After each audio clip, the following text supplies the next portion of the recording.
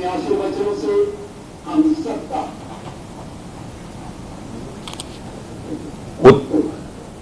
उत्तर प्रदेश के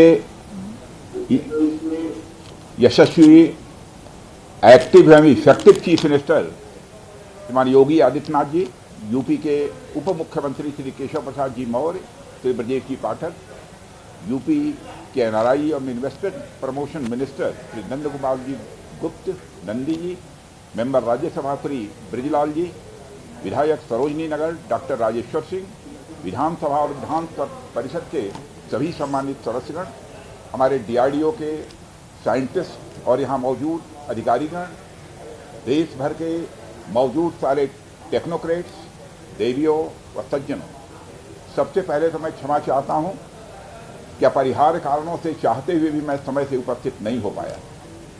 मैं जानता हूँ कि हमारे मुख्यमंत्री योगी जी को बहुत ही आवश्यक कार्यक्रम से गोरखपुर जाना था, लेकिन केवल इस कार्यक्रम की महत्ता को समझते हुए उन्होंने इसमें उनको विलंब हुआ है, फिर भी वो यहाँ पर मौजूद हैं। साथियों, आज लखनऊ में BrahMos integration and testing facility centre के उद्घाटन के शुभ अवसर पर मैं आप सबसे बातचीत करते हुए बेहद प्रसन्नता की अनुभूति कर रहा हूँ। मेरी बड़ी इच्छा थी कि मैं स्वयं उपस्थित होकर आप सबके बीच मैं रहूं, आप सबसे मैं सीधा संवाद करूं, पर मैं क्यों नहीं आ पाया यह बात आप सभी जानते हैं। अभी जिस परिस्थिति से हम गुजर रहे हैं उसे देखते हुए मेरा दिल्ली में रहना यह अति आवश्यक था, इसलिए मैं वीडियो कॉन्फ्रेंसिंग के माध्यम से आप सभी से जुड़ रहा हूं। मैं भले ही आपके बीच नहीं आया, लेकिन अपने उत्साह के माध्यम से आप मुझ तक जरूर पहुंच गए हैं। यह अपने आप में एक संदेश है कि चाहे हम किसी भी परिस्थिति में रहें, यह देश चलता रहेगा और हमारा काम नहीं रुकेगा। किसी भी स्थिति में हमारा संवाद नहीं टूटेगा। साथियों, आज का दिन हमारे शहर लखनऊ और हमारे राज्य उत्तर प्रदेश और हमारे पूरे देश के लिए एक ऐतिहासिक दिन है।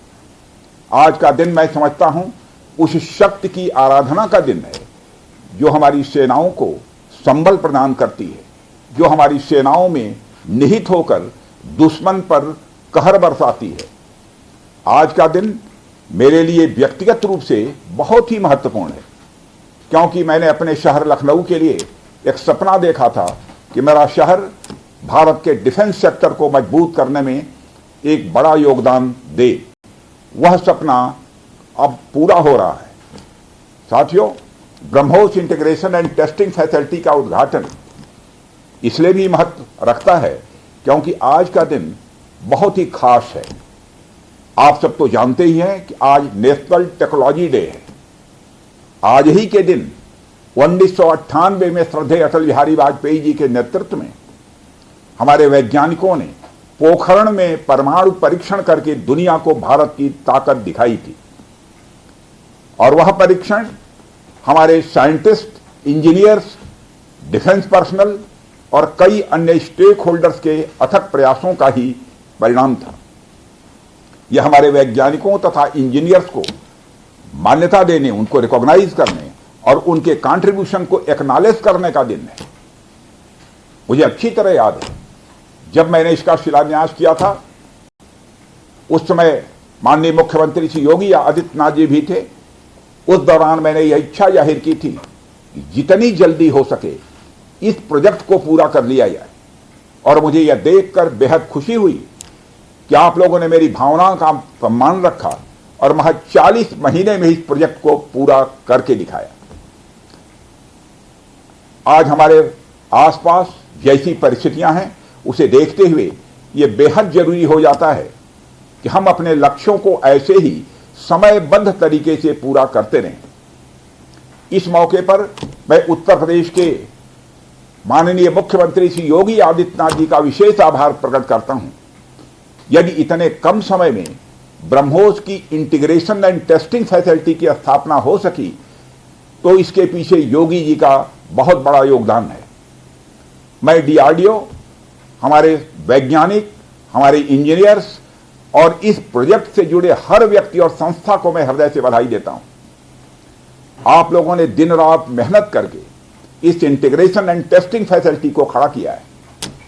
देश भर के वैज्ञानिक, इंजीनियर्स और युवाओं का योगदान हमें इस फैसिलिटी सेंटर में देखने को मिलेगा। मैं आपकी मेहनत और लगन को नमन करता हूं। साथियों, हमारी सरकार जब उत्तर प्रदेश में डिफेंस कॉरिडोर के विजन को लेकर आगे बढ़ी थी तो उस समय हमारे सामने अनेक बड़े लक्ष्य थे।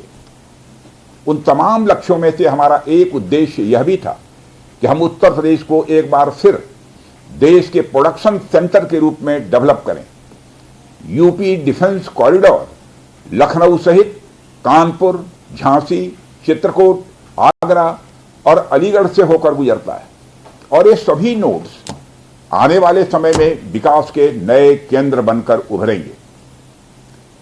साथियों, एक उदाहरण मैं आपके सामने रखूं तो आप में से बहुत लोगों को पता होगा, एक समय कानपुर और आसपास का क्षेत्र प्रोडक्ट्स की मैन्युफैक्चरिंग के लिए जाना जाता था। आर्थिक रूप से यह क्षेत्र बहुत ही समृद्ध था।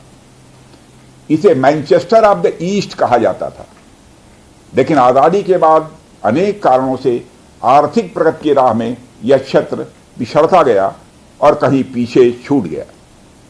मैं उन कारणों में तो नहीं जाना चाहूंगा, पर कहना यह चाहता हूं कि यूपी डिफेंस कॉरिडोर के निर्माण के बाद यह क्षेत्र फिर से एक बार अपने पुराने वैभव को प्राप्त करने की ओर आगे बढ़ चला है।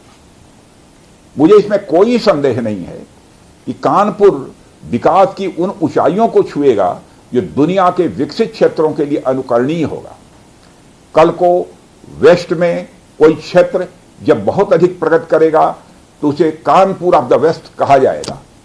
इसी प्रकार डिफेंस इंडस्ट्रियल कॉरिडोर के सभी नोड्स को डेवलप करने के लिए हम पूरी तरह से कमिटेड हैं।